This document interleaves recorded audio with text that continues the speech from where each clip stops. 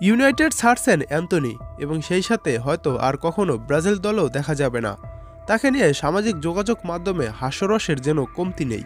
একের পর এক গোল মিস আর লম্বা সময় গোল করতে না পারায় অ্যান্থনি যেন ম্যানচেস্টার ইউনাইটেড সমর্থকদের জন্য এখন গলার কাটা হয়ে গেছেন। এরই মাঝে বাতাসে ভাসছে গুঞ্জন, শীতকালীন দলবদলে নাকি ইংলিশ ক্লাব ছাড়তে পারেন ব্রাজিলিয়ান এই ফরওয়ার্ড। রোববার তার দল ছাড়ার খবর দিয়েছে জনপ্রিয় ইতালিয়ান সাংবাদিক ফেব্রিজিও রোমানো। তার মতে ইংল্যান্ড ছেড়ে স্পেনে পাড়ি জমাবেন অ্যান্থনি। স্প্যানিশ ক্লাব রিয়াল বেটিসই ইউনাইটেড ফুটবলারের পরবর্তী গন্তব্য হয়েছে বলে জানিয়েছেন তিনি। তবে স্থায়ীভাবে ইউনাইটেড ছাড়ছেন না অ্যান্থনি। চুক্তির মেয়াদ হবে 6 মাসের ধারের মেয়াদে। অবশ্য ধারে গেলেও তার মোটা অঙ্কের বেতনটা অর্ধেকটা বহন করতে হবে ইউনাইটেডকেই। 2022 সালে ডাচ ক্লাব আয়াক্স ছেড়ে ইউনাইটেডে যোগ দেন অ্যান্থনি। প্রিমিয়ার লিগে এসে নিজেকে যেন হারিয়ে ফেলেছেন 25 বছর বয়সী এই ফুটবলার। সাবেক ইউনাইটেড কোচ এরিক টেন হাগের প্রিয় ছাত্র হলেও বাজে পারফরমেন্সের কারণে জায়গা হারান মূল একাদশ থেকে।